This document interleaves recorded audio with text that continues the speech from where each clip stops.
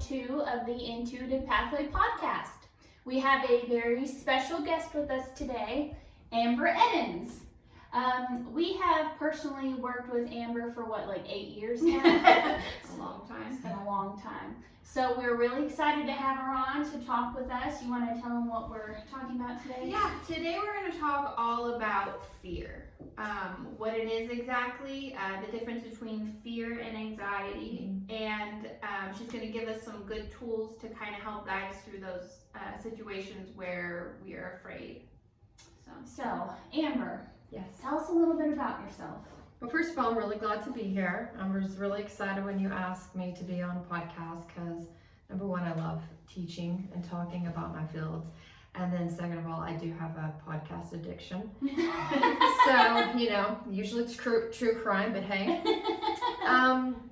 So you just wanted me to tell you a little bit about how I got started in counseling? Yeah, like how you got started, your background, what led Okay. you to where you are. So I dropped out of college after 2 years. That's a great start. 18 to 20, I was like, this is not for me right now. Dropped out. And I was probably about 24, 25 when I started really wanting to get back into my education. And so I had decided that I was going to either be a teacher or a nurse. And I had really been praying about it. And I just felt like I was being called to be a counselor, which was weird because I was like, I've never thought about counseling before. And my life was a hot mess at that point. So I was like, I'm sorry, have you noticed? No? Okay. So I thought, well, okay, I'll go in, I'll try it. And my first psychology class that I walked into in my bachelor's program, I felt like my soul had come home. Really? That's a good way of saying it. Yeah. And so it just kind of blossomed from there. And I will tell you how naive I was I thought I would graduate with a bachelor's and be a counselor. Oh, yeah. And one of my professors had to set me straight and say, no, you have to go through a master's program and then complete 60 billion hours after that. And I was like, oh, okay. So it just went from there. I think the next step that really kind of was career changing was I had wanted to do family and marriage counseling. And then my first internship, because everybody has to go into internships, was at Family Support Services, which is domestic violence and rape crisis center. And they don't softly put you into it. They just take you and chunk you into the fire. Really? So here I am surrounded by very extreme cases of trauma and, just horrible things that have happened to people. And within 6 to 8 months, I felt like trauma was what my heart wanted to do. And so I started doing more learning hours on trauma, and I started reading and going to different events, to learn more about trauma continuing education. And then all of a sudden, here I am. So I worked for them for about 5 years, and then the last year or two of that, I also started a private practice by accident. A friend was moving away, and she asked me to take over her clientele. And then so I started taking over her clientele one night a week, and that just kind of grew until eventually that was a big enough practice that I sadly left Family Support Services and started my own counseling. So. Did you enjoy transitioning out of that? I did enjoy, well, let me put it this way. I enjoyed working for myself. I did miss some of the support programs with Family Support Services. However, they have been great in keeping in close relationship with me so that I can refer out to them and ask them for help or send people to them that I think need their services. Yes, they're a great place. I volunteered with them for school a couple times, and there are a lot of amazing people that work there. Absolutely. What are some things you learned or you took away from that experience? I think one of the bigger things that I learned is that a lot of trauma is cyclical. So you have somebody who maybe experienced childhood trauma in some way, and that actually puts them at more risk of being traumatized later on in life. once a woman has been raped, she is something like 80 times more likely to be raped a second time. Oh, wow. And so, just understanding what is the cyclical piece of this, and then being able to go back and say, okay, let's look at what kind of trauma this caused, how did that change your behaviors, and how can we heal those behaviors? Okay.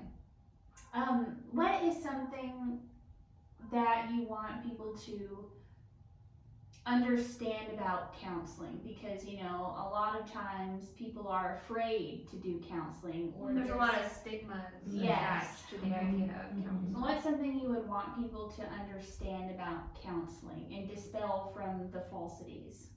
Well, I think that most people, because they'll even come in and be like, hey, I'm your new crazy client. And I'm like, crazy people don't know they're crazy, first of all. But people think that they have to be, first of all, at an extreme place to come to counseling. Mm-hmm. And what I like to tell people is, if you come before then, we won't have to do so much work because there's not so much established patterns. But the other thing is, you could just be having trouble at your job and need an outside opinion that doesn't have any bias. Mm-hmm. And that's what counseling is for, is really just to kind of hear your story and say, okay, well, what are the choices that we have in this situation? What are the behaviors that are going on? How do you feel about those things? And what can you do different? Mm-hmm. It's not a counselor's job to give you 6 solutions and you pick from those solutions. Mm-hmm. It's a counselor's job to say, hey, what do you feel like your choices are? Okay, well, let's reframe that and let's look at what's going on in this situation and how does that reflect on you? Mm-hmm. And then looking at those different choices, being able to go, okay, which decision would be the best for me? That makes sense. What do you think, because talking with you in the past, I found it's almost like, you told me before, it's like your thoughts are like one jumbled up ball and we have to detangle it. What do you think it is about people speaking truth out loud that helps them detangle the chaos? I think that being able to, sometimes the most important words spoken are just the ones that you need to hear. Mm. So if you before you walk into an interview, if you say to yourself, I can do this, like I am qualified for this job, I can do this, then your confidence goes up. Mm-hmm. And so if you lay out these problems and you say, okay, I'm having issues here and I'm having issues here, and then, this is going on with my children, and I say, okay, well, do you see any patterns there? Are any of these tied together? And then they can kind of go through that. And so really the importance is just, we usually think stuff in our mind and we rabbit hole, and it's like taking like 16 different colors of yarn and just throwing them on the floor. Yeah. But being able to speak them, you pull that, let's say it's a piece of blue yarn out, you pull that piece of blue yarn out and you just look at it and say, okay, how is this messing with my life? Mm-hmm.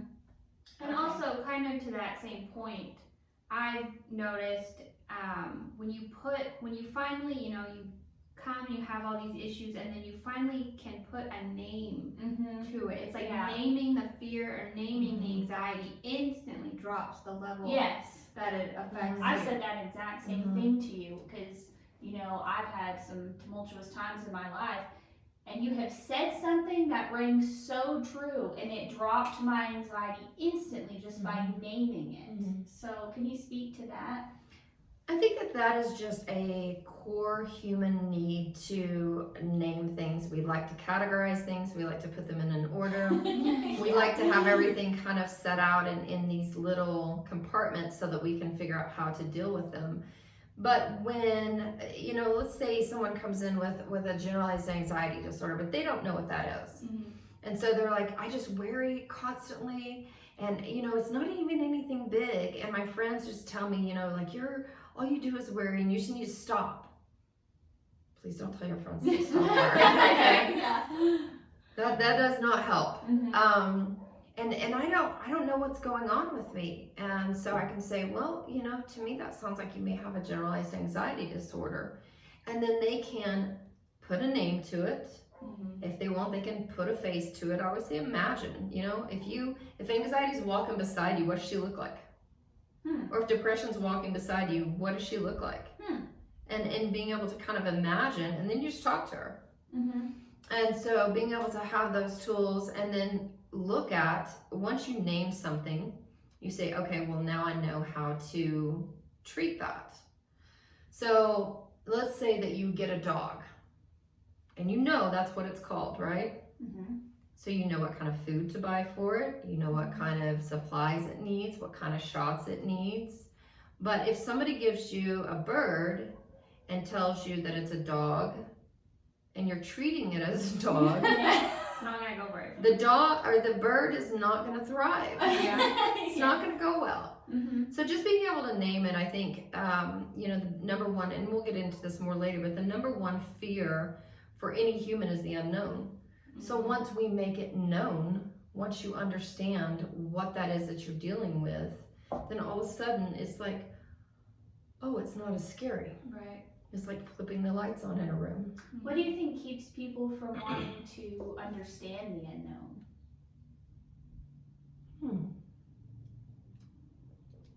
Or is it less about not wanting to and more about not knowing how to start I'd say both, maybe. to understand? Because I've been through personal times where it's almost like I knew what it was, but I didn't want to say it out loud or address it, and So let's kind of tease that piece apart, because I think there are things that keep people from wanting to be uncomfortable. Because let's be honest, nobody goes, I love being uncomfortable. It is my favorite thing. Like every morning I get up and I'm like, let's be uncomfortable today. Yeah.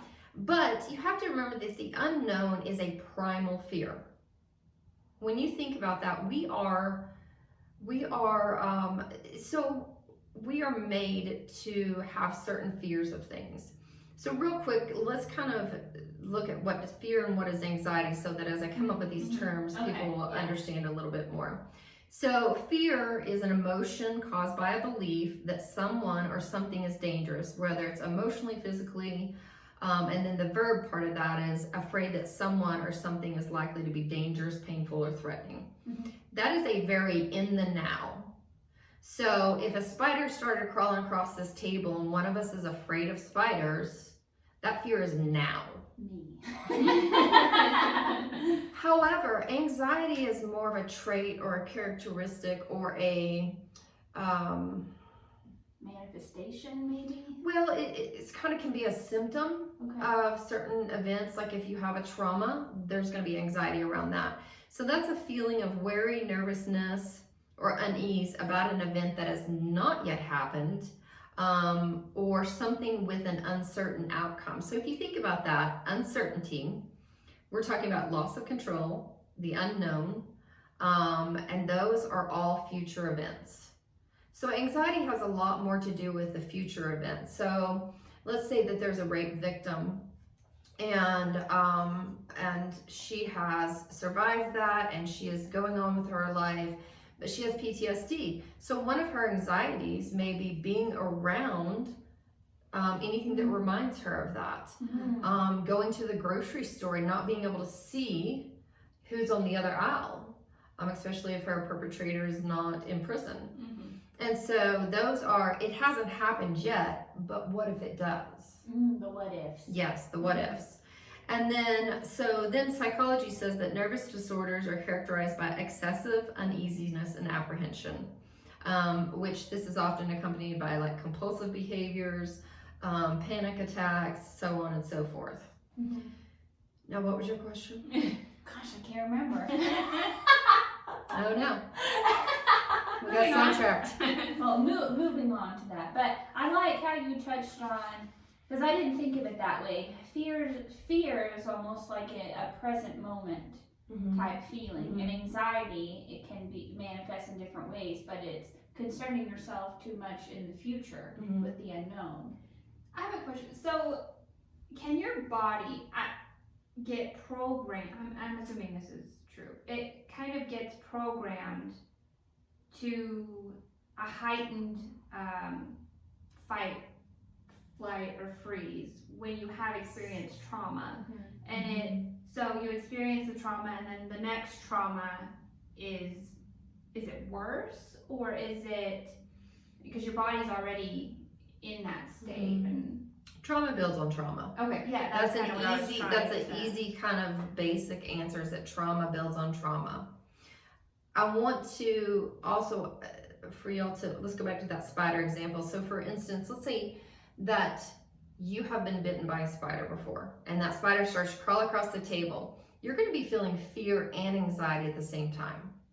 Does that make sense? Yes. So you're afraid because of what's currently happening, but you're anxious about Dying. The spider which going- hasn't happened yet. Yeah. You're anxious about what could happen. So can fear and I anxiety have anxiety. So can fear and anxiety exist in the same place? Absolutely. Okay. And fear keeps us alive, and so does anxiety. You're supposed to have these emotions. Right. Okay, good. Like touching on that. Yeah. What? And then I'm gonna stack onto what you Okay. said, okay? I know we're going there. So you just mentioned, we're supposed to have fear. So what are the positives from fear and anxiety? Because everybody thinks of it as negative. Mm-hmm. So in order to switch thinking a little bit, Mhm. what are some positive things and good reasons why fear and anxiety is around? They keep you alive. Some Mhm. situations. Yeah. Think about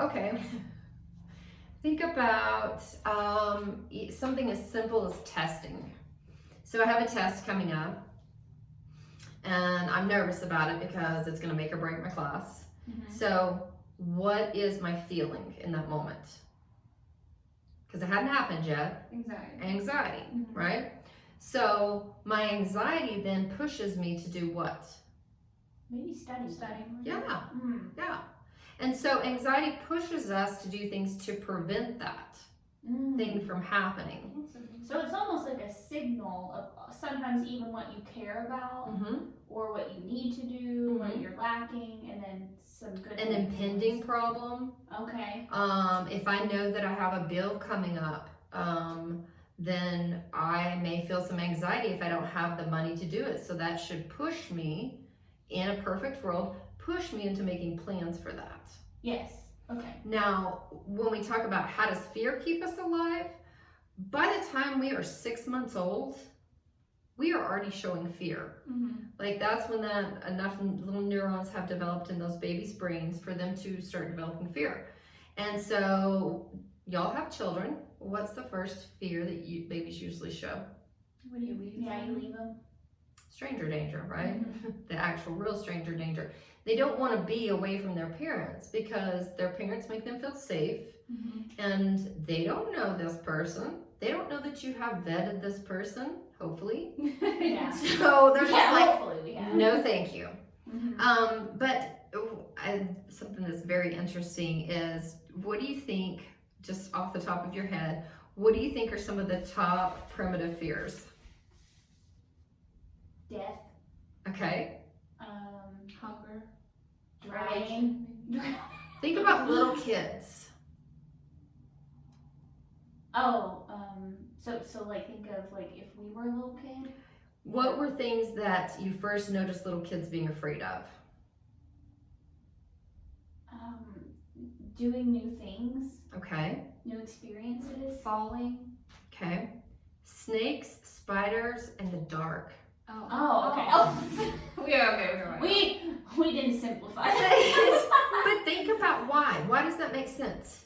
So go back 100, 200, 400 years in our past. Why do snakes, spiders, and the dark make sense? Because they can kill Yeah, you. Well, the yes. dark can't kill you, but things Yes. in the dark. But what does the dark represent? The unknown. Yeah, no. Mm-hmm. I can promise you, I can take a group of people who say, oh, I'm not afraid of spiders. And I take a handful of spiders and I drop them on the floor, and they're still like, I'm not afraid of that. And then I turn off all the lights and it is pitch black. Guess what they're gonna suddenly be afraid of? Spiders. Yeah, Uh-huh. because all of a sudden they can't calculate where they're at. Mhm. So it's that anxiety of the unknown. Well, what if that thing crawls up my leg and I can't see it? Mhm. So you look at that, and then you go back to, so we have kind of universal fears. the fear of abandonment and social rejection. We are a herd people. We are meant to be in a tribe. We are meant to be socialized. And so then failure, which can be wrapped up into identity, meaning, and purpose. So if we lose those things, then we tend to feel like we have failed, and that goes into the shame and all that. And then fear of sickness, pain, and death. So looking at all those are kind of the highest fears, the highest primitive fears, the highest learned fears. And let's say something does happen to you. So let's go back to something happens to you as a child. And so you have this fear, let's say one of your parents died in a car wreck. So all of a sudden, what have we touched on? We've touched on abandonment, we've touched on death, we've touched on fear of the unknown. And so all those are activated in this child's brain. And so then they become constantly aware of, how can I keep myself from being hurt? How can I keep myself from being in this situation again? Even though we as an adult with our frontal lobe know that you can't prevent an accident or prevent a tragedy, little kids don't. So their perception is, I've got to do everything that I need to do. And then that carries into adulthood. So let's say this same child, we'll call her Maggie. Maggie goes through school and she's doing great, and then she has a boyfriend, and her boyfriend breaks up with her. What does that compound? Even though it's not the abandonment. Even though the breakup is not trauma, it compounds that trauma of abandonment. Concretes it in Right. more. And then let's say she actually has another trauma in her life. Let's say she's sexually assaulted. So the feelings from traumas, they're pretty basic. And so the way that our amygdala processes fear and anxiety and trauma is it makes little memories. And those memories, once an emotion is touched on, it lights up all the other memories. Okay.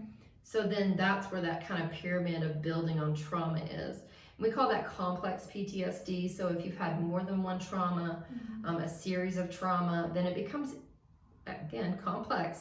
So complex to treat, complex to understand, complex to kind of tease those apart.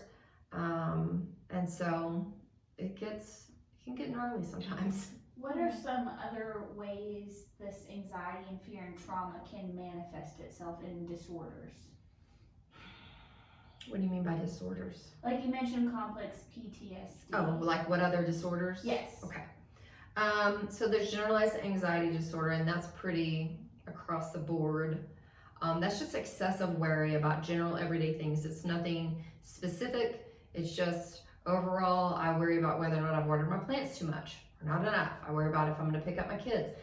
I worry about whether or not my kids are going to grow up to be okay. And it's like there's not a whole lot that you don't spend excessive time thinking about. OCD, which is recurrent thoughts with compulsive behaviors. So we see that oftentimes as, there's a lot of shows out there that with the hand washing and the germs, but OCD covers so many realms of things. All it is a thought that goes round and round your mind, and then you need a behavior to stop it. So, Okay.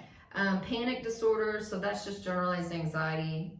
To simplify it, generalized anxiety disorder with an actual physical panic attack attached to it. PTSD, we talked about that, and there's complex PTSD. Social phobia, specific phobias, so that's, being afraid of being social in a lot of different ways. Like that could be crowds, that could be talking in front of people. And then specific phobias are, I'm afraid of certain specific things. And then Tourette's or tic disorders, we've kind of taken Tourette's and we've broken it down into a series of different tic disorders, but all of those are caused by anxiety. They're all anxiety related disorders. I read a really good book on complex PTSD. I think it was called Complex PTSD from Surviving to Thriving. I'll link it at the bottom because it was very good, and it kind of helped name a lot of those things I was dealing with, and then made me feel better because, like we talked about, You named them. it. Yeah. Anyway, I just want to put that in there because it was really good. Okay, so you touched on kids a little bit. Mhm. A lot of times this stuff starts with kids. What are some tools we can give our kids and ourselves to be able to deal with fear and anxiety and how it manifests itself? So one thing that I want to say about kids, because sometimes I have kind of an aversion to people not an aversion to people. I like them. People have an aversion to talking about their childhoods because they feel like that we are bashing on their parents. And so what I always like to pull apart is, we're not talking about your parents and we're not talking about their parenting style. I mean, we are, but we're not saying that they're bad parents. They did the best that they could for the most part. Most parents fall in that category. But as a child, what is your perception of what they were saying? Because children perceive things that we may not mean that way. So when you're dealing with your own kids, remember that their perception may not be what you intend. So be comfortable with the fact that you're going to mess up. That's the number one thing. Like, just know. I'll probably let you know about it. Just know that we are all going to mess up with our children because their perception can be different than what we're trying to tell them. I think the biggest thing I tell people about fears is to recognize what is a primal fear, and don't shame them for that. If they're afraid of the dark, don't shame them for that. Figure out a way to help them to be comfortable. Ask them questions. What is it about the dark that scares you? Is there anything that we can do that might help you? Do you have any ideas? Can mommy help you in any way? Can daddy help you in any way? And get those wheels turning as far as helping them to figure out what their fear is and how to work on it. When you're talking about anxiety, I think sadly we live in a world where people unintentionally cause great levels of anxiety in our children. From the COVID pandemic to the STAR testing, they're doing test anxiety therapy groups in Amarillo Independent School District, which is great. Yeah. But why do those kids have test anxiety? Because when you're constantly telling them, if you fail, the horrible things are going to happen. And then the kids perceive that in whatever way they perceive it. And so now we've just ingrained a fear or an anxiety into our child. And so being able to say, okay, let's break this down, just kind of like you do with adults. Let's break this down. Tell me, what is it that you're afraid of? That chasing the fear. Yes. What's the worst thing about that, or what does that say about you? And you ask those questions simultaneously, and you just answer them as it feels best to you. Now, sometimes with kids, you have to say, well, if you fail the test, what's the worst thing that could happen? Well, I might get held back. Okay. If you got held back, what's the worst thing about that, or what does that say about you? Well, I'm a loser and everybody's gonna make fun of me. Okay, so if everybody makes fun of you, how would that make you feel? And well, that would make me feel really sad. Okay, well, let's look at this and let's see, how can we reframe this? Because a lot of those are false understandings. They're not going to hold these kids back for the most part, unless it's an extreme case. You're going to the next grade, you'll be fine.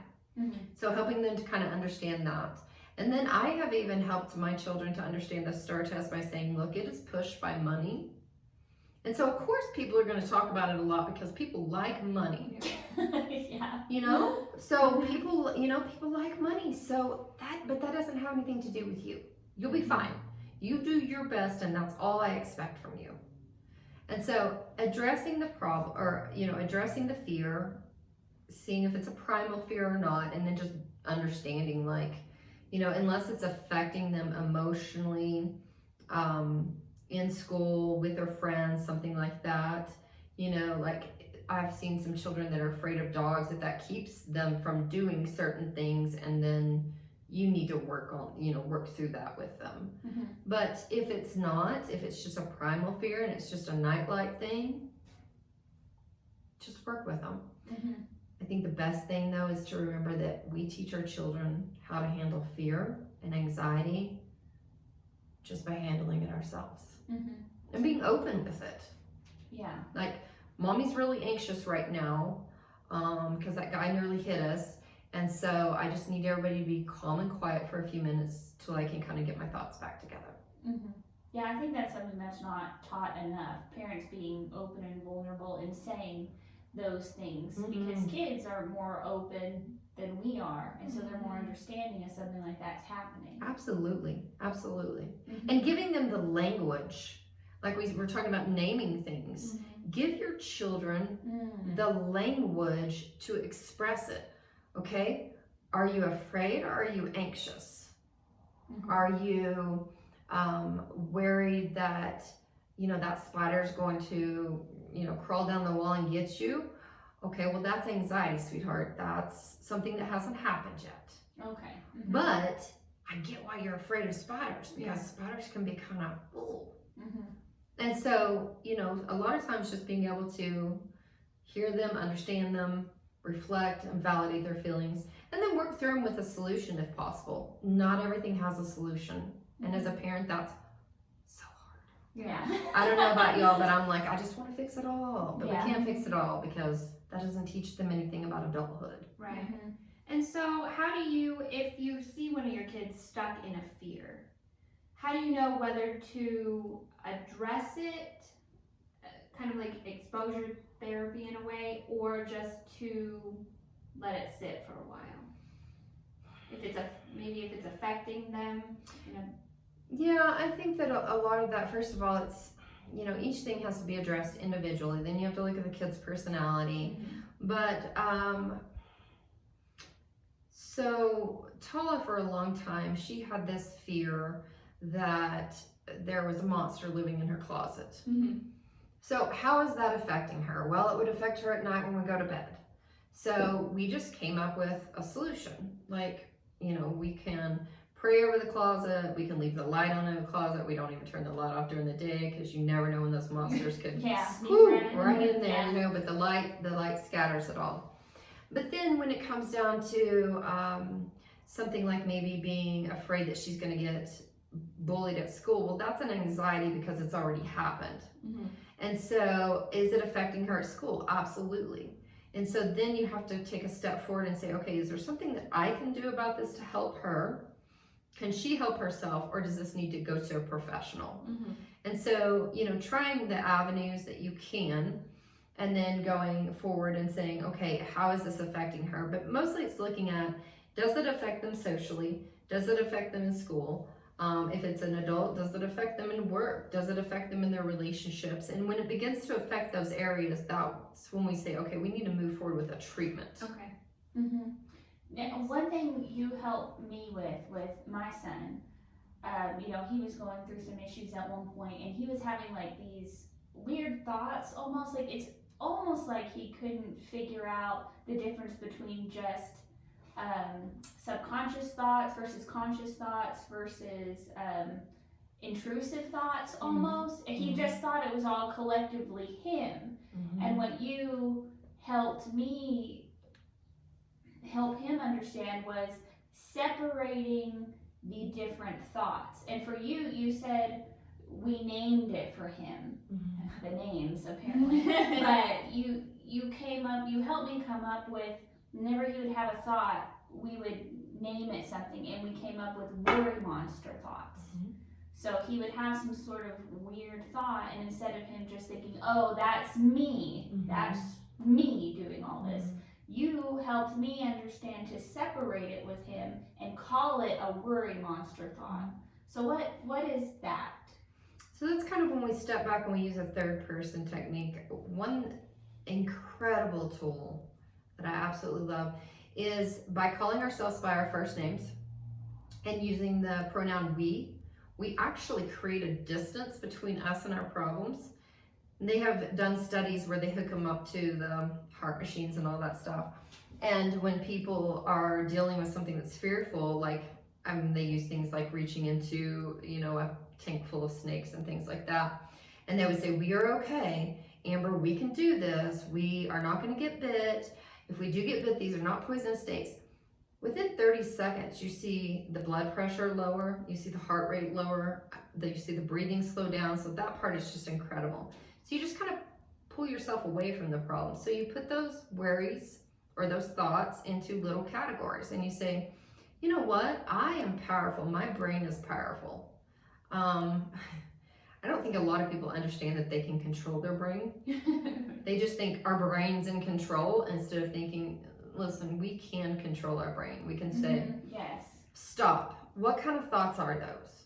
Oh, those are weary thoughts. Or what kind of thoughts are those? Those are scary thoughts. Or we even have bossy thoughts. yeah. Bossy thoughts that are like, if you don't do this, then this is going to happen. No, I get to make a choice. I get to make a decision. So it's really kind of pulling yourself back and then taking control of the mind.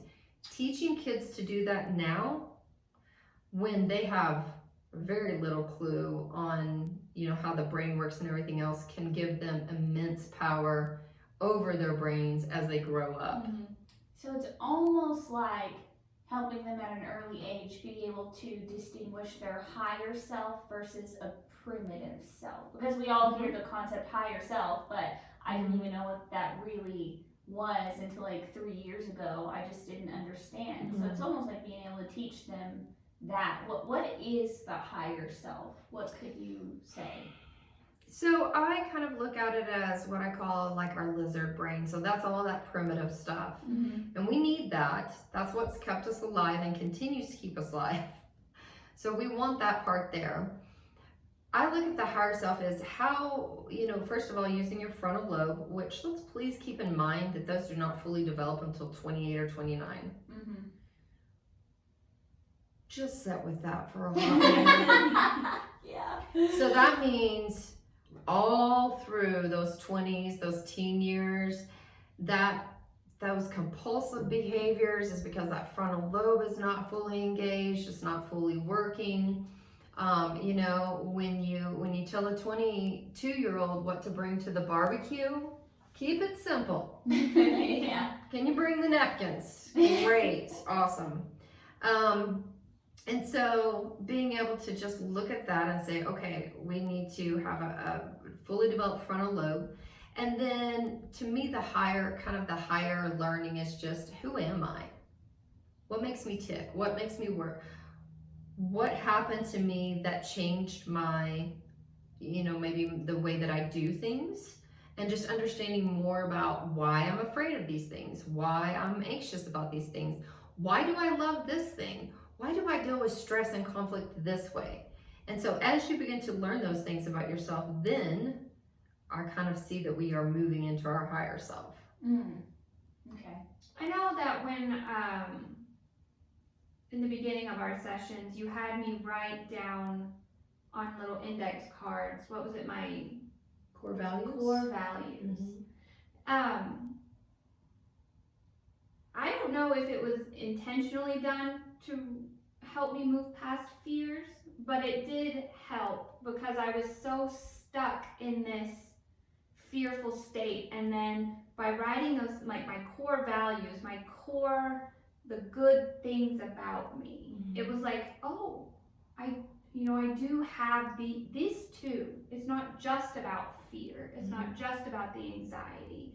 Like these good things are me too.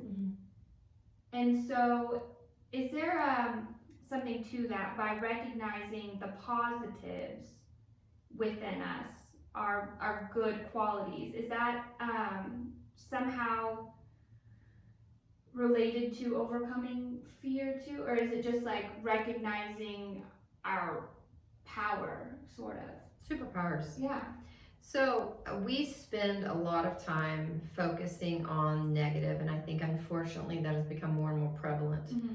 And so when we are able to go back to, so I consider core values the foundation that we are built on. So if you are kind, if you are empathic, if you have a generous spirit, these are core things that are within you. And so that's what you're built on. We are not our trauma. We are not our fear. We are not our anxiety. We are these things. Yes. And so if you can Okay. come to a place where you understand who you truly are, it's an empowering move. It allows you to realize, hey, first of all, I am not a fear. I'm afraid of something. I am not an anxiety. You know, I have a... It's not who you are. Exactly. Mm. Exactly. It's not who you are. That, and I feel that. I feel like so Mhm. many people are. I sorry to cut you off, No. but it makes so much sense because so many people almost you know, we have these weird thing. We keep trying to identify ourselves with certain things, and it's almost like people are having a crisis of identifying themselves with their trauma and anxiety. Like, I am anxiety. Mhm. I am depression. And thank you for picking Stressed. that apart. when Yes, I was saying yes. it. Well, it's like nowadays so Brene Brown, who I adore, she says that we live in a time of scarcity. We go to bed thinking we have not done enough, and we wake up thinking we haven't had enough sleep. And so being able to kind of take that and shrink it down and go, you know what am I actually able to do? And who am I? Like, I'm not a person of scarcity. I have this abundance of core values. And then looking at, I think when you look at what we see on TV, what we see on social media, it's not so much that people have changed. We've always had people that do bad things, that commit crimes, that, you know, we've had plagues, we've had, you know, all the bad things, except now we know what's going on in the entire world. Whereas 100, 200 years ago, you know, Johnny's sitting on his front porch and Bill comes along and Bill's like, hey, did you hear that Jim down the street cut his leg? It's infected. That was the town news. Yeah. You know? That's it. That was the bad thing that happened for that day. And they're like, huh, well, so how your crops going? And they're like, oh, it's really good this year. You know, now we learn and we see. And I think that's a hard part of it is we have these physical or these visual representations of all these bad things that happen. And so we're traumatizing our brain, constantly traumatizing our brain by exposing it to negative things over and over. And so let's say there's 10,000 crimes that happen in one day. And you get online and you're exposed to 600-700 of them. You know, you see 600-700 crimes. What's your thought about how the world is? Bad. Dangerous. Yeah, you're like, it's so dangerous. Do you realize that we are living in the safest time that we have ever been in our entire life? Yeah. But if it bleeds, it leads. So it's like society, or well, social media and the news, they have figured out that if they can scare you, you're going to be back the next time to see how much scarier it's gotten. Yeah. Huh.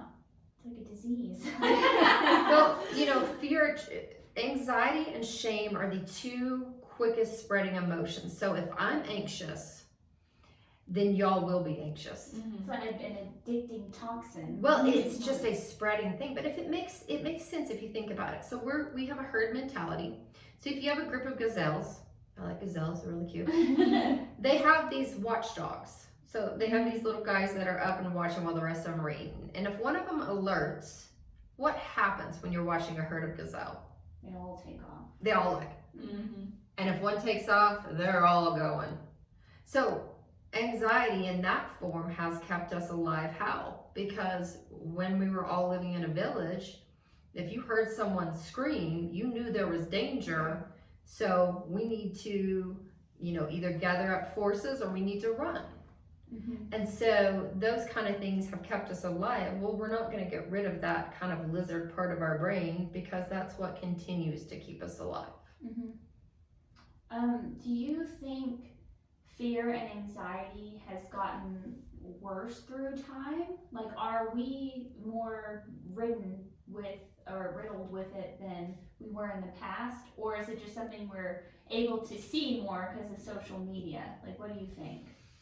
I think social media causes more anxiety and fear, but I do think that we have higher levels of fear than we have in the past, not different kinds of fear, but higher levels. And it's because, you know, one of the things that you do to keep from dealing with your fears, you avoid. Mm-hmm. So what are ways that you avoid dealing with your fears? I am a chronic ruminator. Okay. Like if I have a fear, instead of going and facing it and knowing what I need to do, I will somehow withdraw inside and think about it and think about it and think about it in all the ways, and it's my way of just avoiding it and somehow solving it in my own mind without actually taking action. I know that's weird, but No, that's pretty normal.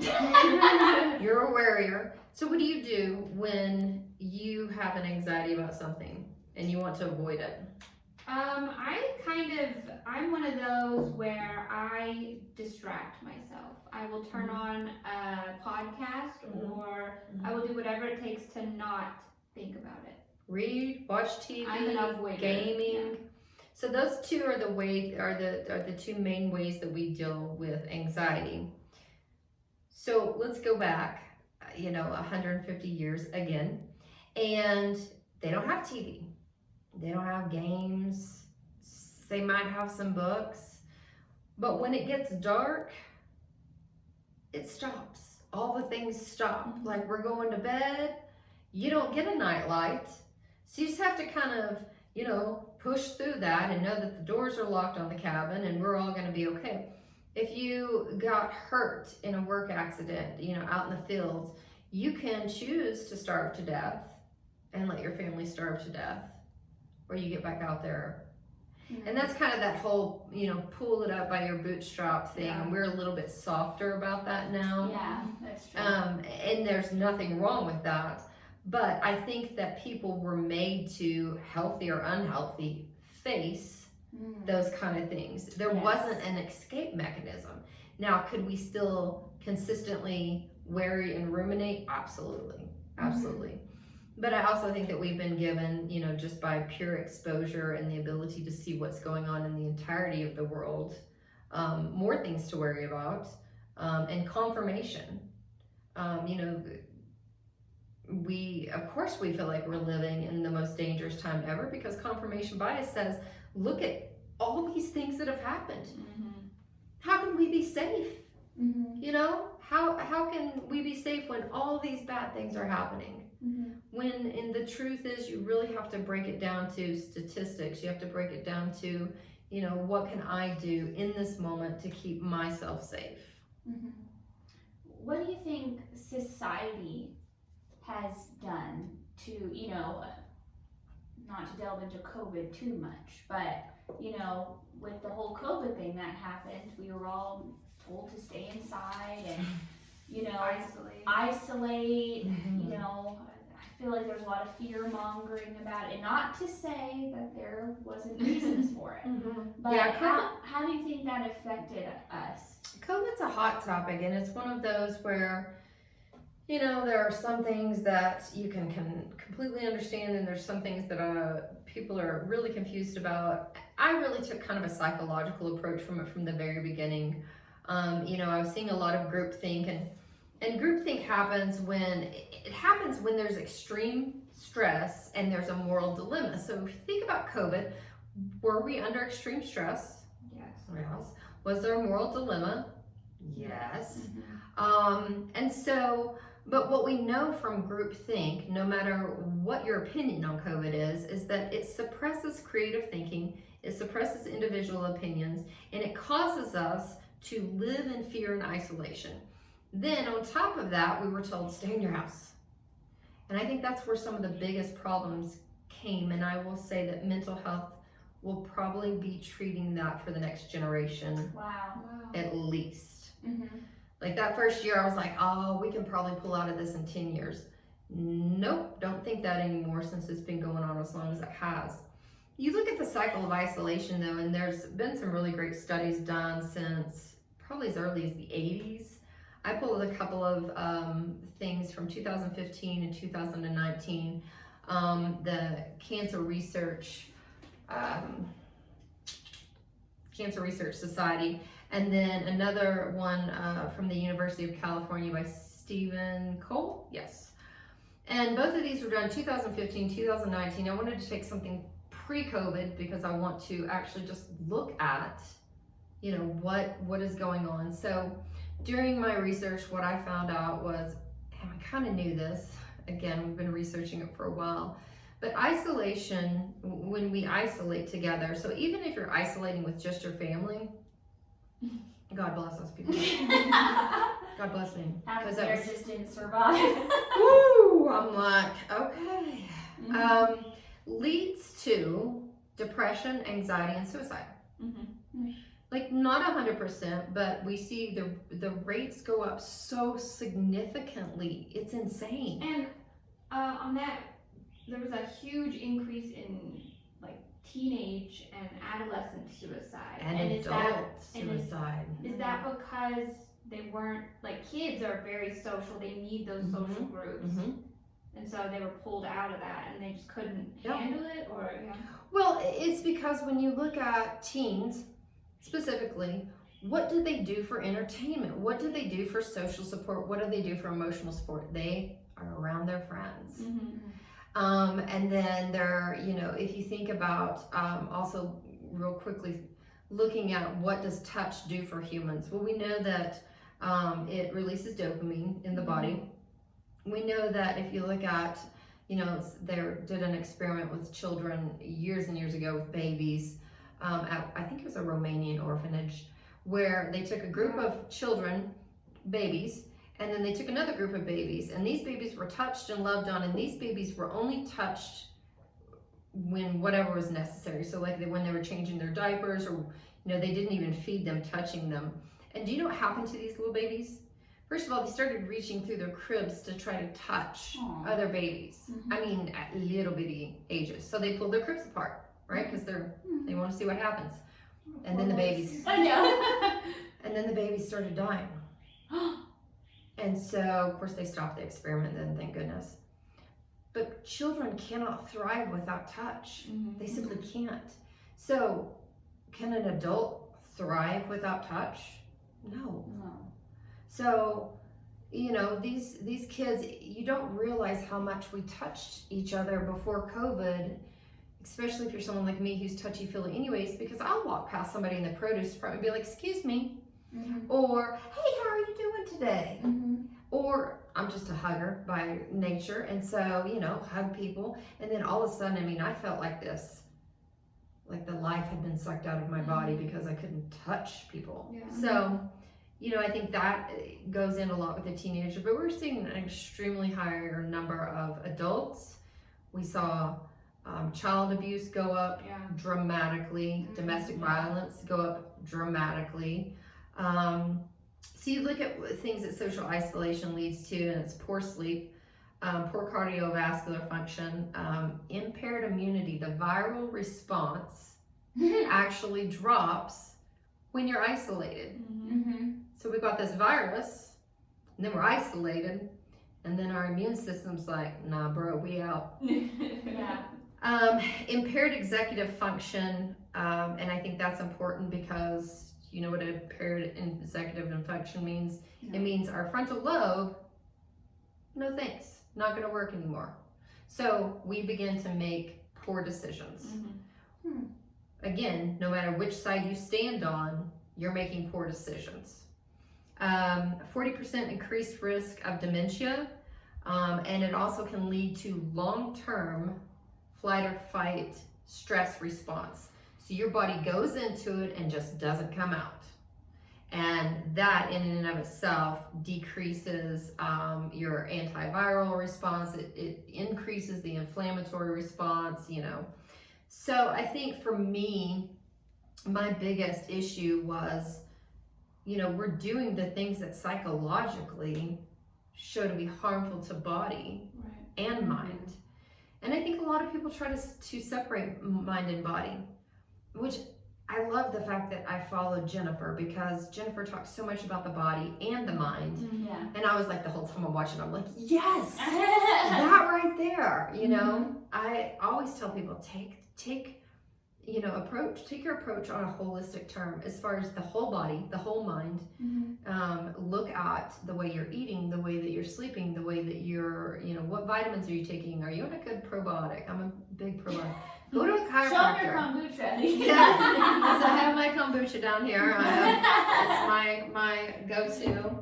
And, do some meditation.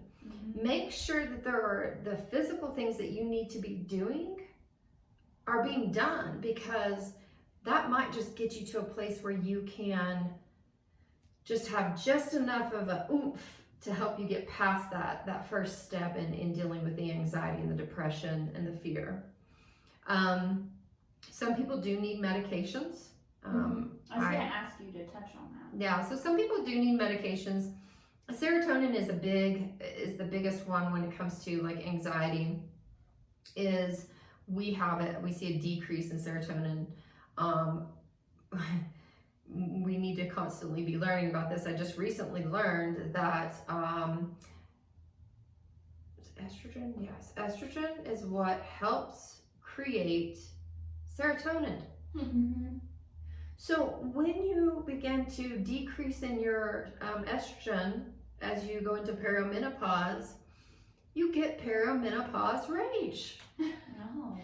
Because your serotonin has dropped. And there's a whole lot of reasons why serotonin can drop. Some people are just genetically kind of more that way, so maybe they have less receptors. And so looking at medication is something that some people just need to try. And maybe it's for a short term, maybe it's for a long term. There are also anti-anxiolytics, so people that are maybe having panic attacks can use anti-anxiolytics to get them through that until we can get them to a place where they learn the tools to deal with their anxiety attacks or even how to prevent them.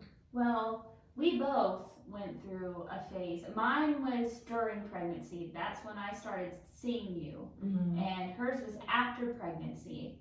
And remember, mine was so horrible. I had to have somebody watch me at all times. I've never seen something like that before. Yeah, like, my anxiety. Remember, I came to you and I was like, things are like moving on the walls. Things are not hallucinating. Things were not okay. And it was hormone driven. And remember, I didn't want to do medication. I was like, no, it could affect the baby. And then it just got to a point where I had a panic attack so bad. I was like in the fetal position at my mom's work, and things were melting off the wall. And that's when I knew. And you had told me, you didn't push me to do it, but you kept saying, there might come a point when you need to do it and it's okay. And I eventually took it. It was fluoxetine, and I had buspirone.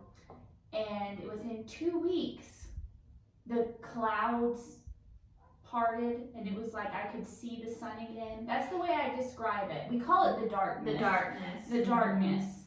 And you also had to help me with exposure therapy so I could learn to drive again, because I had gotten so scared I quit driving. I had to go out in public again because I somehow developed social anxiety. I had developed so many things in such a short time. And you really helped me have a mind, body, spirit approach, because you didn't just let me, just take medication and rely on it. You also were like, you have to do stuff. Like medication, it'll only get you so far. It might part the clouds, but if you stay in your house,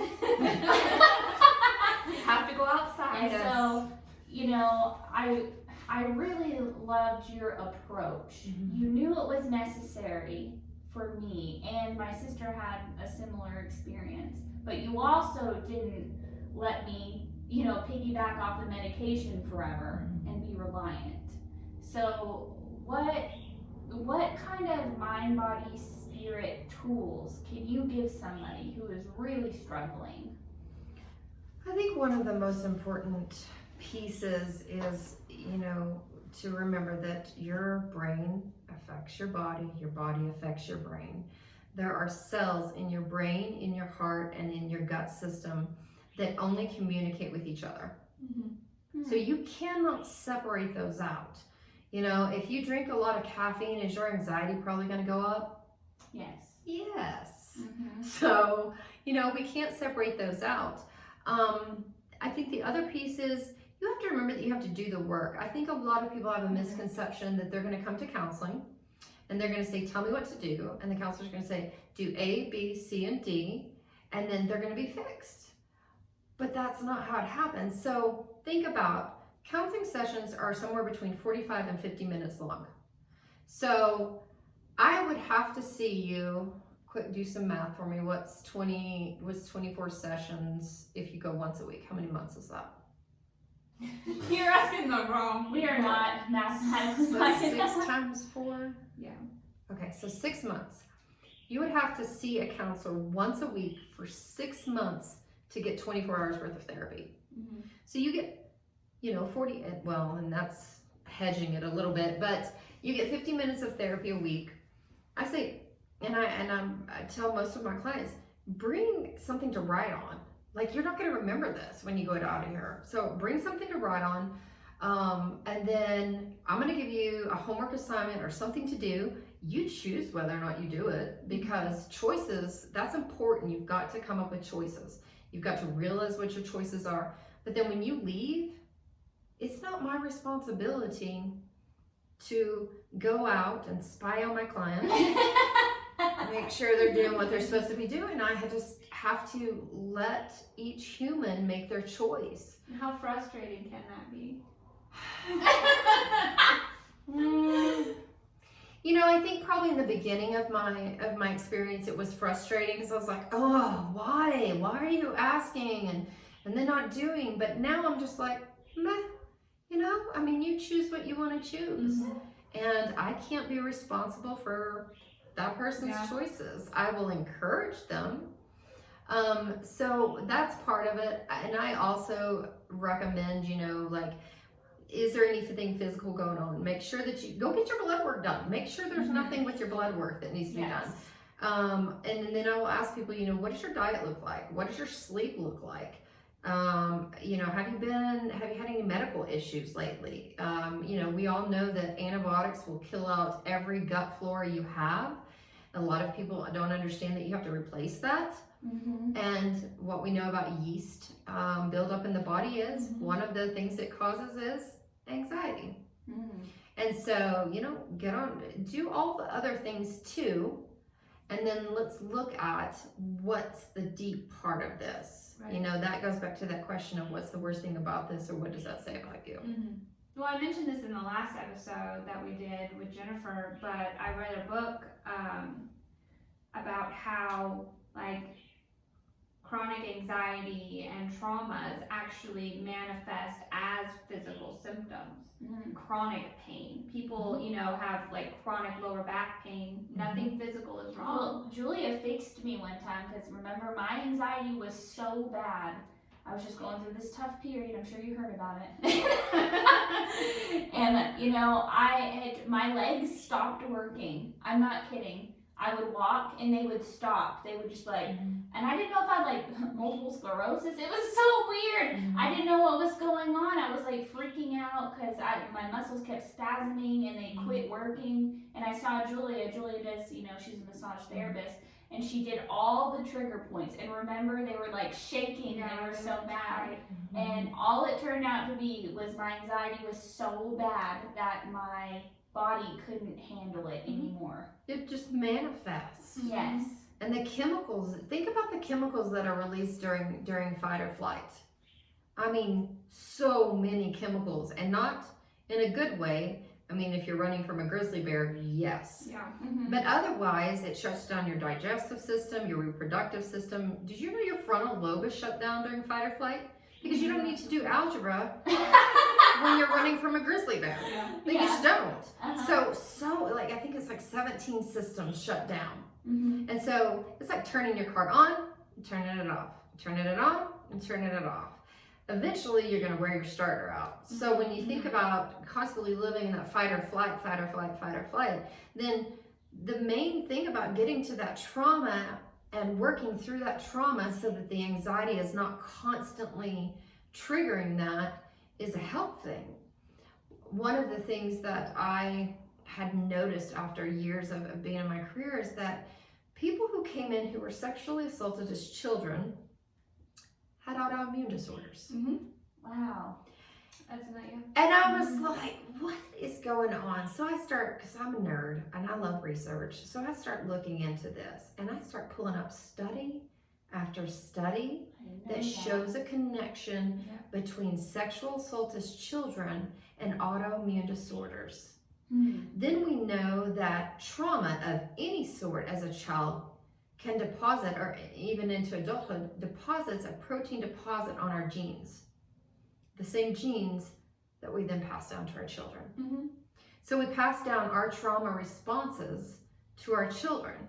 What's that called? Epigenetics? Yeah, when you were in school, did they have you read that paper with the mice where Yeah. they figured out that actual trauma, And it was chickens too. They did it with chickens. Yeah. It's epigenetics. Yeah. It is. those It's responses incredible. travel through? Yes. It's crazy.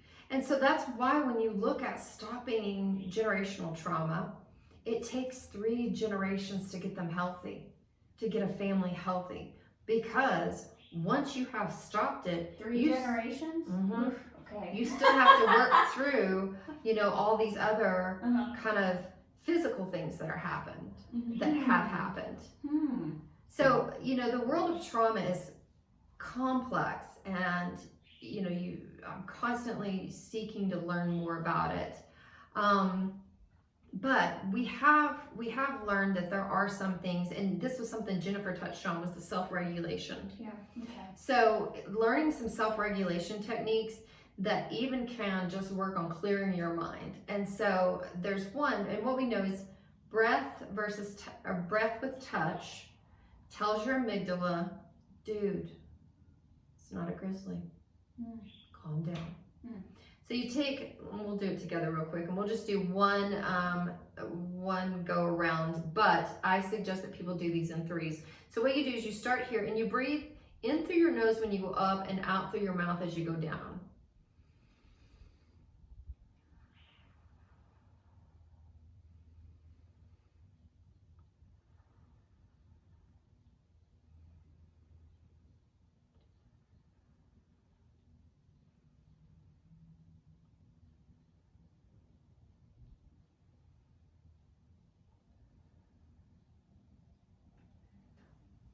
Now I always tell people to do 3 of those, but can you feel the difference? This is nice, relaxing. Yeah. Well, because my anxiety's been up this whole time. Because talking about fear, this is my biggest on fear. camera. Yeah, because anxiety spreads. Yeah. I mean, it really does. So if you're anxious, we're talking about anxiety, you just kind of start getting... And so that's one of the tools that I teach people to self-regulate, is to use that breathing and touch. And you can use that in public, and it doesn't have to be that one. I've seen people come up with their own. I have people that do a heart and they breathe one way on their palm, and then they breathe the other, in through their nose, out through their mouth. That's a good one for kids too. Yes. Oh yeah, a little Yes. heart. I'll have to teach them. And they can do it on the back of their hands. I mean, as long as it's breathing combined with touch, it speaks to our amygdala, it calms our amygdala down. Teach your kids to talk to themselves in 3rd person. Peep, we are okay.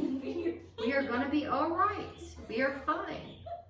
It's Peep. And then that way, they are already putting those tools into place to build on as they get older.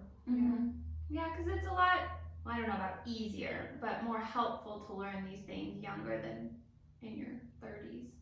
Listen, learning Chinese at the age of 3 versus at the age of 40, way easier. Those brains have so much more little connections to be made. But also think about, the ability to tell your kids and give them this languaging to begin with, so that they're not walking around like, I don't know why I feel this way, I just do. But they can go, oh, well, Mama said if it's a now thing, then that's a worry. And teaching them the difference between overwhelmed and stressed. Because I think that we see those these days. If you're not stressed, you're not doing enough. You're lazy. Yeah, you're lazy. You're not doing enough. Especially men. Men have this thing about it's almost like their worth comes from how stressed out they are. I don't know. Well, and I think that's in women too, because I'll see women put these little things up that says stressed and blessed, and I'm like, No. just because they rhyme does not mean you should put them together. Number one, Right. okay, and number two, stressed is a choice. It is a choice to be stressed. Why would you live in a state that keeps your body on high alert when you could take 10 to 15 minutes a day and do a couple of things, which I did want to touch on with you guys. Yeah. 10 to 15 minutes a day to, put a song on, dance, sing. Again, like I said before, Brene Brown is one of my heroes, and she talks about having downtime or nothing time. So even if that means that you take a minute and you just go into your closet and you sit or lay on the floor and do nothing for 10 minutes, you are telling your body, it's okay, calm down, we're okay. Doing something like that. I prefer something that's just a little bit, I prefer more fun. So we have dance time, like when we clean, we turn on the music really high, we dance around while we clean, we sing. Laughter. If you are not laughing, that's a sad life.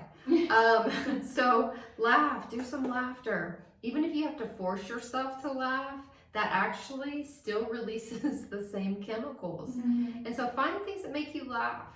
Find things that make you hopeful.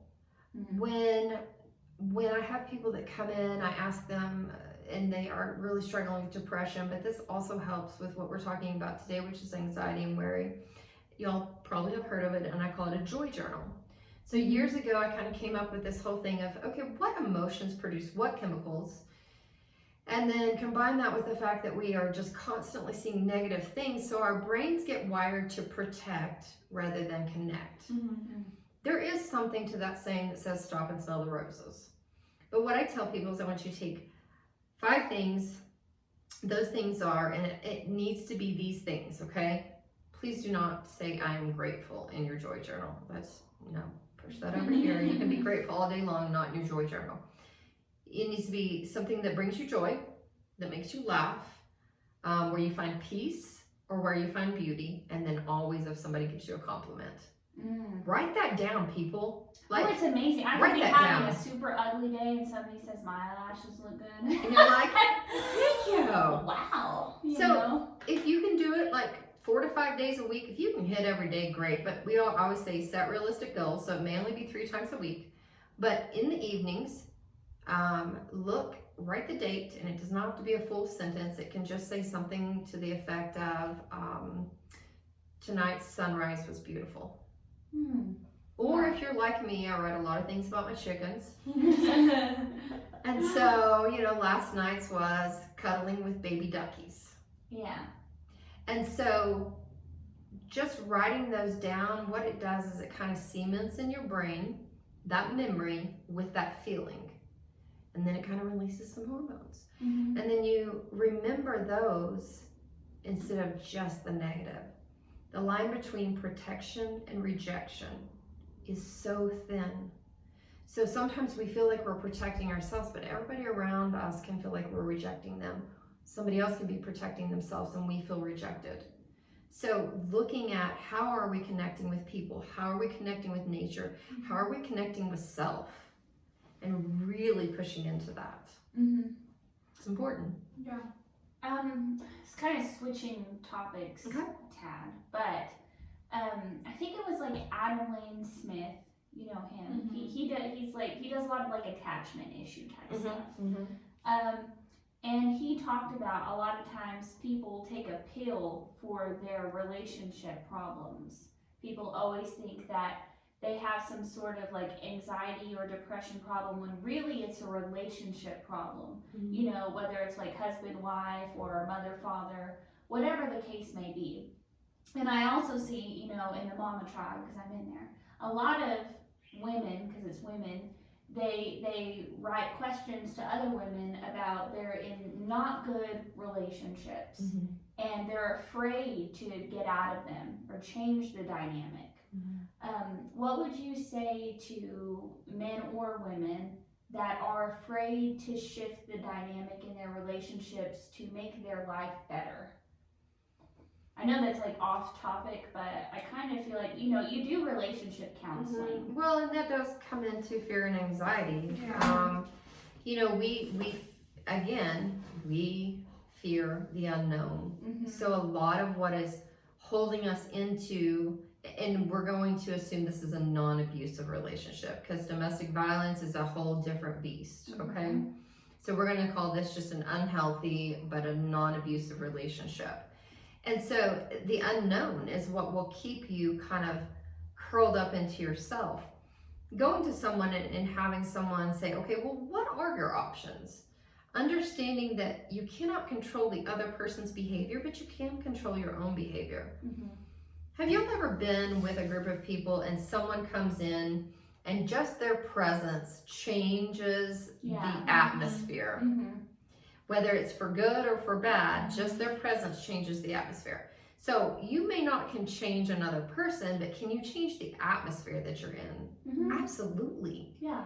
So that one person can have the power to shift the dynamics in a relationship. Mm-hmm. Whether it's, simply putting boundaries down, taking people off the hook. So, a lot of times in relationships, I'll see what I call the bait and hook thing.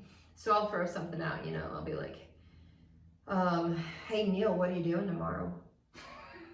And he's like, I don't know, why? And I'm like, well, I need you to do something, and you're never around when I need you to do something. What did I just do? I tried to bait him. Yeah. Uh-huh. So I'm not looking really to get much out of that, except now I'm just gonna make him feel bad about himself. Right. Yeah. And we don't ever want to do that. we don't want to do that. So what I would teach Neil to do is to take me off the hook. Amber, that's not what we're talking about. We're talking about what you need me to do tomorrow. If you could be clear and let me know what that is, I will let you know whether or not I can do that. Mm-hmm. And then what happens to his power? It goes up. It increases. Mm-hmm. And so you just kind of take that ability of, when you bite for that bait, and remember that you can spit it out at any time. I mean, you can be halfway through that. Let me tell you, and then you go, wait a second, canceled. We'll have to reschedule this when I'm not upset. Talk to you later. Yeah. And so I think being able to go to someone and have a third party opinion on what are your choices? Do you have a way to change the dynamics of the relationship? How can you take yourself, out of the hook and bait cycle? And then just understanding again, what are our core values? What are our core pains? Mm-hmm. What are we fearful of? What's the worst thing that can happen? What does that say about you? Mm-hmm. And just kind of understanding that might allow you to, if nothing else, find a clearer place to make decisions. Mm-hmm. Never make decisions when you're in an emotional place. Had to learn that the hard way. Don't we all?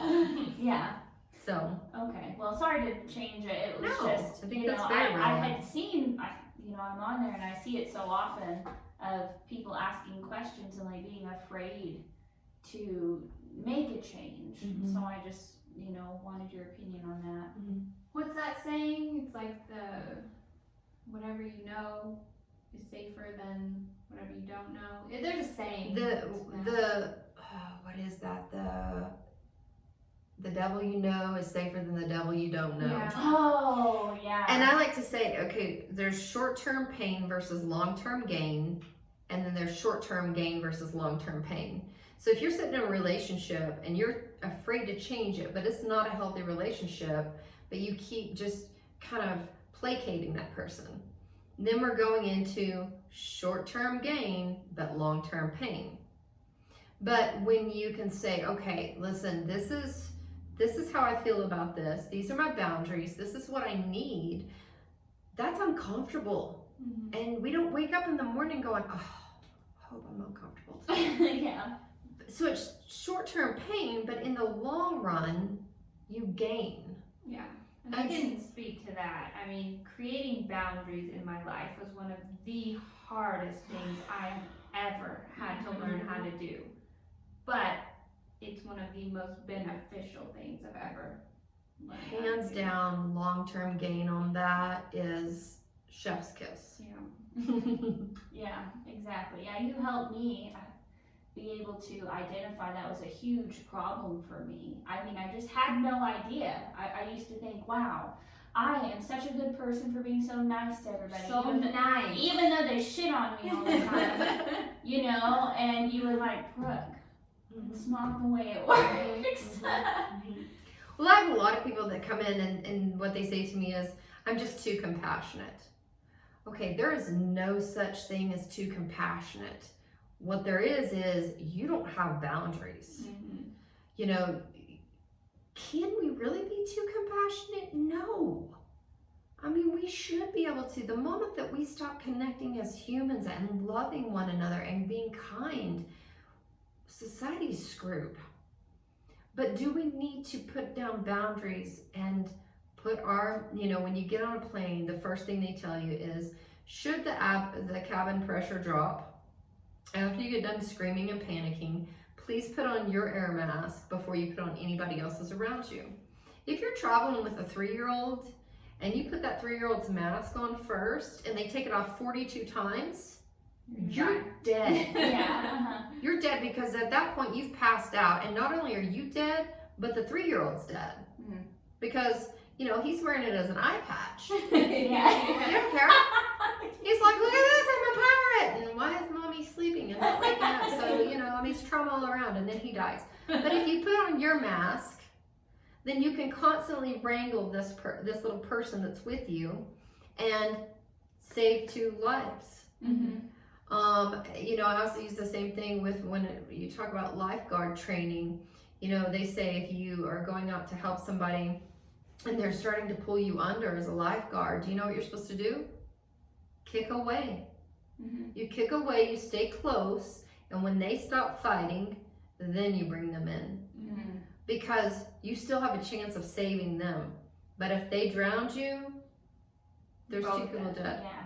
So that has nothing to do with the compassion. You're waiting. You're there. You're just waiting for them to stop fighting. It's about boundaries. It's about, you know, being able to take care of yourself first and foremost. You should never let anybody drink out of your cup.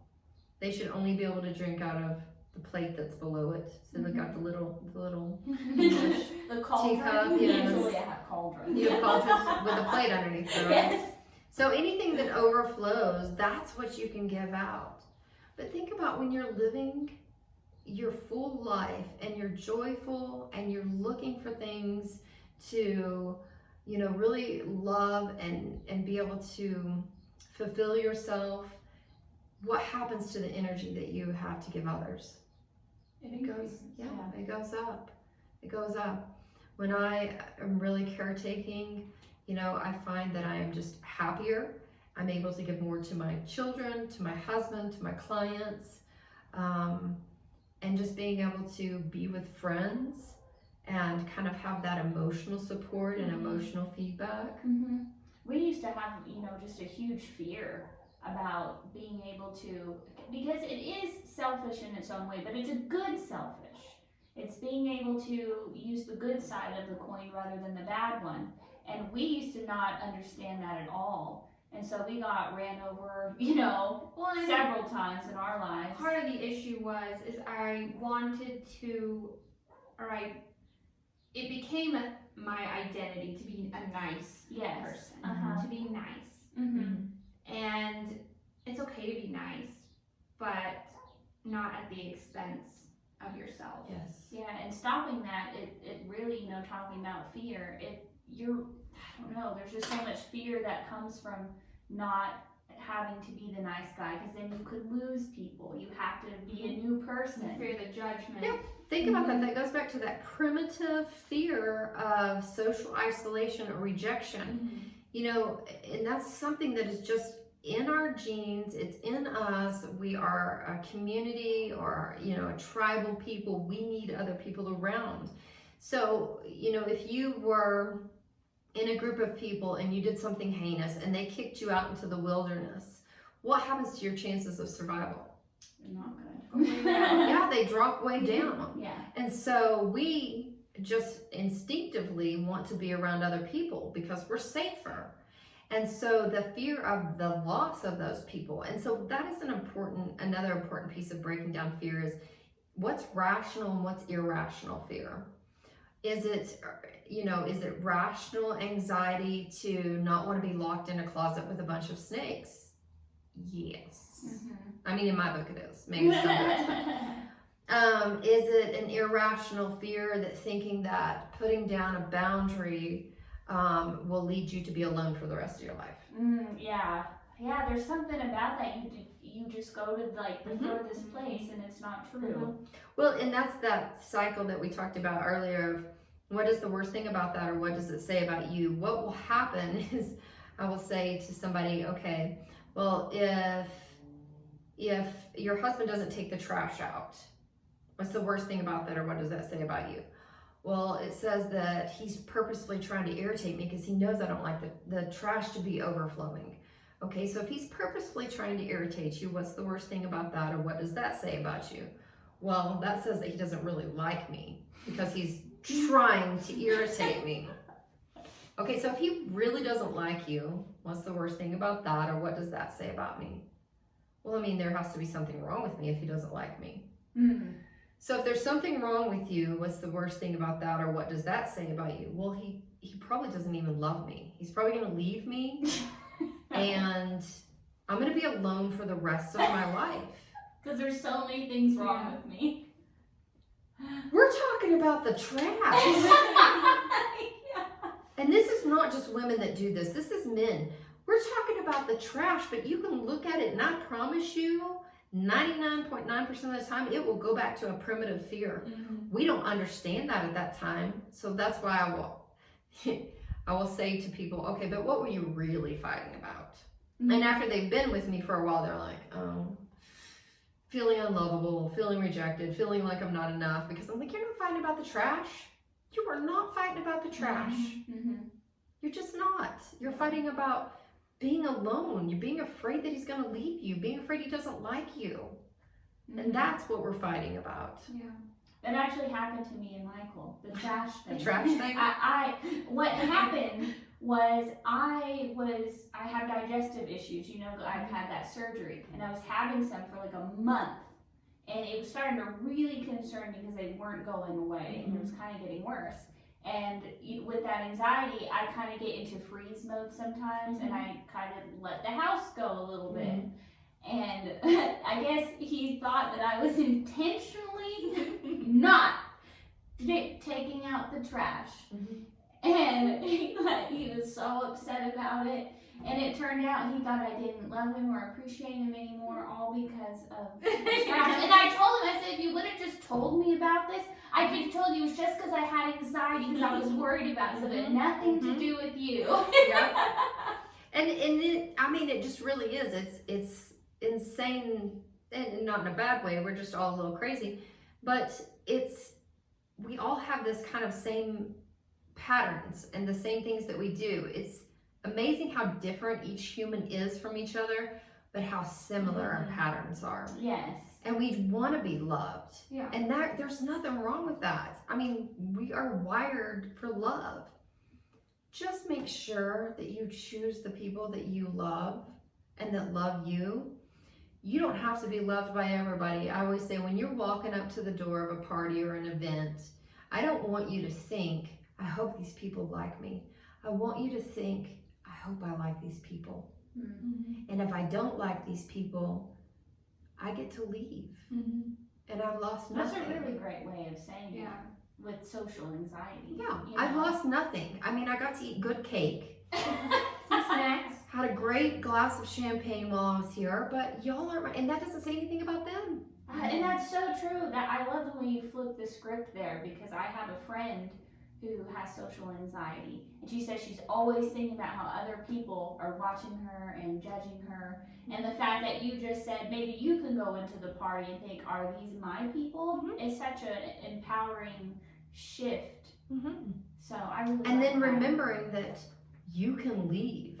There is never, you would be surprised about how many people feel like they can't leave a situation. You can leave anytime. You do not have to explain it. You do not have to give an excuse for it. You just say, I'm leaving. Or if you're setting out a boundary, I'm not doing that. What did you tell me one time? No is a complete sentence. No is a complete sentence. No is a complete sentence. Just no. And you know, sometimes people will come back and they'll be like, well, can you tell me why not? And I say, you know, well, with all kindness, I don't owe you that. And I'm not being rude. I'm just laying down my boundaries. I have a X number of emotional energy to spend.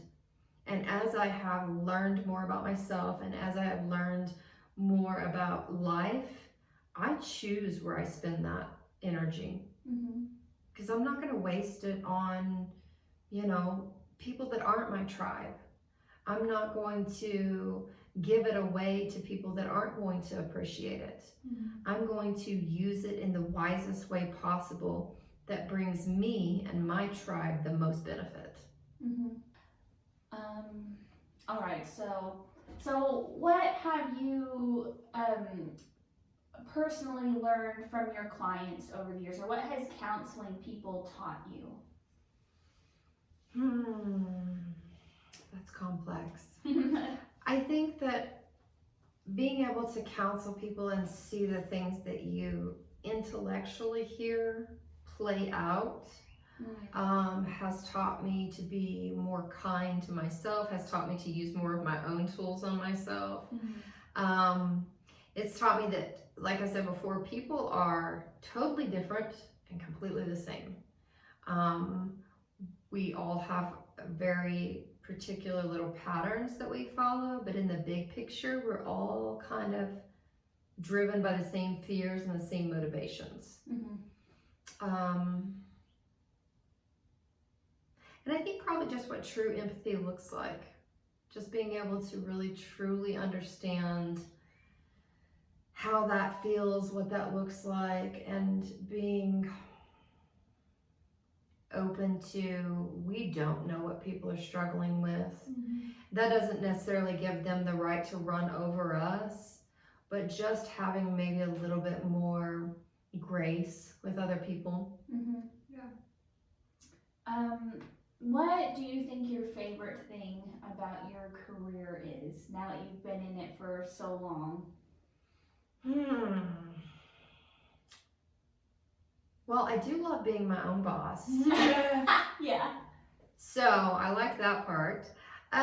Really just getting to, so back when I was going to college, I had a professor tell me, he said, the first time you receive a note from a client after you've seen them,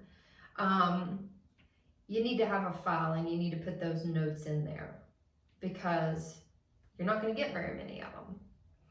And so I think one of my favorite things and so I took that advice, you know, the first time I got a note from a client, because what you have to remember about most counseling is we only see this middle part. We hear about the beginning, we work with them through the middle, but we don't know their end. And so occasionally I will have a client that writes me or comes and visits me and kind of tells me where they're at, and just knowing like they took those tools that they learned and they made their lives better is probably the thing that I love the most. It's just knowing that it's just my job to plant the seeds. Whether they water them or not is on them, but when they come back, or I'll run into somebody out in public and they'll come running up to me and hug me and say, oh my gosh, I'm married and I have 2 kids, or you know, I reunited with this person, or I just want you to know that I was sitting in the coffee shop the other day and something happened that 10 years ago I would have, you know, completely shut down, and I was able to just go, oh, I'm okay. Those are the things that I love about my career. And the longer you're in it, you know, the more you'll kind of see those results of how hard your clients work to heal themselves. I mean, I know since working with you, I started, again, it was 8 years ago, and I came with those problems from the pregnancy. and remember scared to even have a baby because I thought I would be a horrible mother. And I had this weird idea that I just couldn't do it. And then I had so many boundary issues, and I was in not a good place in my life with the wrong people. We know who I'm talking about. And No comment. and you know, I felt like it was weird, but I feel like whenever I met you, I was a little girl, and now I'm like a woman. And it's like you have totally changed like who I am as a person, like as that, like that's the way I can describe it. Like a little girl who didn't know anything, I'm on her own to somebody who's a woman now. So thank you. You did that. You did that. And it's pretty incredible work. Yeah, so thank you for that. Just a little story of Oh it. yeah, like I was reading in one of my old journals the other day. I like randomly found it. I don't know why I didn't burn it, but I should have. But it was like our first few sessions, and I had written in there like I don't think I can ever fix myself. Mm-hmm. And I just like look back at that, and I'm not a crier, but it did bring some tears to my eyes that like at one point I was so hopeless with who I was. And Remember our main thing was thinking there was something wrong with and us. I wrote about that too. I was like, there's something so wrong with me. I don't think it can be fixed.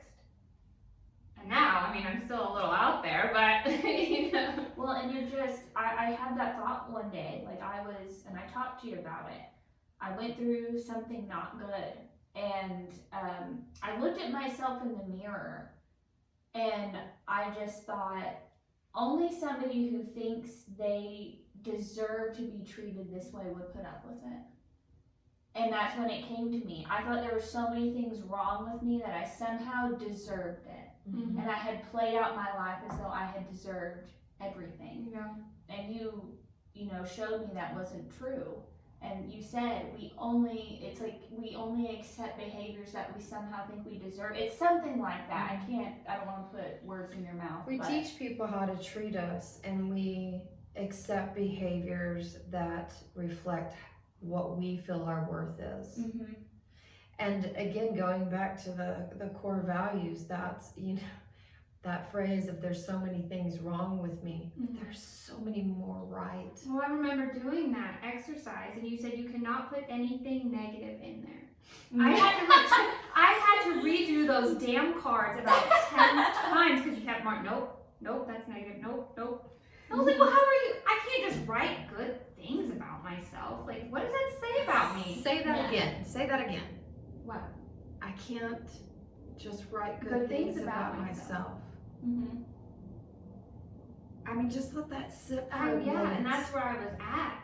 Like, I can't just write good. Like, there's nothing even that good I can write. And if I did, it would be a lie. And that's the mindset I had going in. And now I'm like, you're awesome. They're like, I love you. Yeah. You're fabulous. Like, I still have, it's gonna take a while to get to the end point, if there is an end point. There's not. But if you stop working on yourself, it's because you've died. yeah. And I jokingly say that, but I think about that. There is never something that we cannot be learning. There is never something that we cannot be moving towards. Whether it's emotionally or cognitively or just learning something new, we want to constantly be moving forward. And do we need to take breaks and relax? Absolutely. Right. But learning, just constantly learning and empowering ourselves, because sometimes we'll kind of get a little relaxed and maybe slip back on our boundaries. Yeah. And we have to refocus and go back and say, you know what?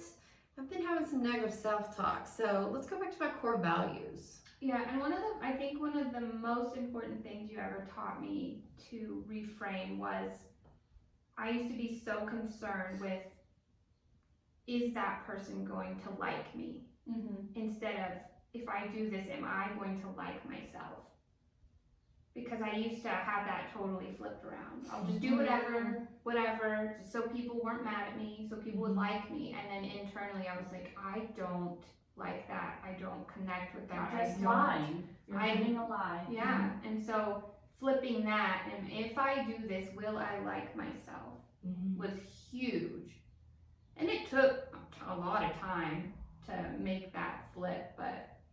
Well, and we're working with, because I think a lot of people beat themselves up, but I want to go back to, remember that these are 50-minute sessions. A lot of it depends on the work you do outside of it. The second thing is, many of our core beliefs and perceptions come from childhood. So if you come to me when you're 30 years old, you've had 30 years to ingrain these into the things that you do. Whereas, you know, if something happened 2 years ago, we only have 2 years that we're having to kind of work through those behaviors. And a lot of this is just habit. And being able, that first thing is being aware of what you're doing. Right. Be aware. That's the first step. Just constantly be aware. What am I feeling right now? Why did I do that? Because our emotions push our thinking, which push our behavior. And out of those three, which one do you think has the most power over your body and your mind? Emotions, thinking, and behavior. Emotion? No. I know that your, I guess what is it, your emotions control your thoughts, and then your thoughts push your behaviors, but your behaviors, you can dictate those no matter what. Yeah, so your behaviors go back to this thinking, and your emotions kind of go back to this thinking. So the strongest piece is our thought. If we can change the way that we think, we can, you know, mitigate that emotion, and we can change our behaviors. But a lot of it just comes down to thinking. But to understand why we think that way, we have to dig underneath and find that emotion. The emotion is the root. And so you have to understand that emotion in order to reframe or choose differently in the way that you think. And then the behaviors kind of start to take care of it themselves. You just have to understand what your choices are in that. So is there anything else you would like people to know about you, or fear, or anxiety? Is there anything else that you just want to get out there? I think that what I really want to say when it comes down to, okay, what is important, is to understand that, you know, a lot of people have shame surrounding anxiety and fears, and there's nothing wrong with you. And shame says there's something wrong with me. Guilt says I don't like the way that I behave. So being vulnerable, and the definition of vulnerability is the possibility of being physically or emotionally harmed. So if you think about that, people say, well, I don't want to be vulnerable. From the time that you are conceived until the time that you die, when are you not vulnerable? Like, we're vulnerable every day. So you might as well just press into it, because, you know, a noteworthy piece of vulnerability is, it's the most courageous thing that you can do. So who is the bravest people on earth that you can think of? Just throw some ideas out there. Martin Luther King Jr. Okay. So Martin Luther King Jr., what would you say was the place that he put himself in the most physical or emotional danger? When was he most vulnerable? Probably open to a crowd. Speaking in an open crowd with people that opposed him. Right. I mean, just speaking in that time was tumultuous. Was he vulnerable? Absolutely. Do you think he was courageous? So courageous. Because you cannot separate those two. It takes courage to be vulnerable. When men go to the front of the battlefield, they're extremely vulnerable. What about their courageousness? Yeah, I mean, their life is on the line. Yeah, very high. You know, first responders who run towards the danger instead of away from the danger. And so being vulnerable, even if it's emotionally vulnerable, is the bravest thing that you can do. And so I just encourage people, don't think about counseling as, people that go to counseling are crazy. think about it as people who go to counseling are ready to be courageous. They're ready to step into a different place in their lives. They're ready to change. They're done with the way that things have been. And so, yeah, I love that part of counseling. It's just understanding what our choices are and then figuring out what choices we want to make. Okay. It's important to remember that you are in control of your counseling. Like, it is Yeah. not your counselor. That is your 50 minutes. And what they you try do to with make it. it about them, find a different counselor. Yes, I don't know if you saw that TikTok where they were talking. It was one of those online therapy things, which we won't get off on this. But he filmed himself while his counselor is like going on and on about themselves. Find another counselor. That is your 50 minutes. Yeah. But remember that counselors are just like anything else. If you don't feel comfortable, I say give it 3 sessions, 3 to 6 sessions. If you don't feel comfortable, guys, go and find another one. There's someone out there that will fit with your personality. I mean, we don't marry every person we date. We don't have to counsel with every person that we go into their office. So, Well, anything else? I think that's it. I think we covered a lot of things. We did cover a lot of things. We did. Well, thank you for coming on and joining us Thank and you. telling everybody about fear and anxiety. There was a lot of good stuff here. A lot. Good. So, all right. Well, we will see you guys next time. Thank you for tuning in. All right. Bye. Bye.